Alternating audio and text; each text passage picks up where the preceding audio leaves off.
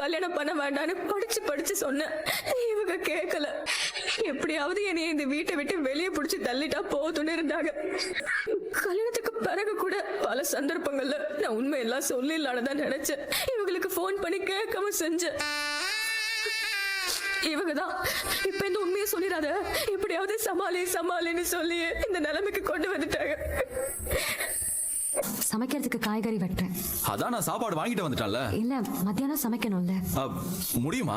மதியானத்துக்கு வேணா வெளில வாங்கிக்கலாமா? ஆஹா வேண்டாம் வேண்டாம், நான் சிம்பிளா அதாவது சமைக்கிறேன். நீ உட்காந்து சாப்பிடு.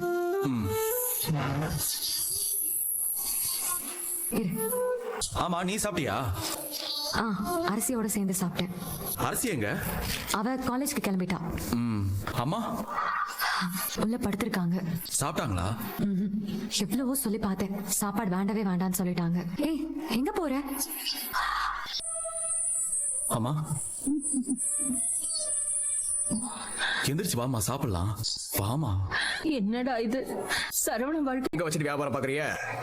வேற எங்க, அவர் அக்கா வீட்டுல தான். ஏற்கனவே நினப்பு பூரா அங்கதான் இருக்கு.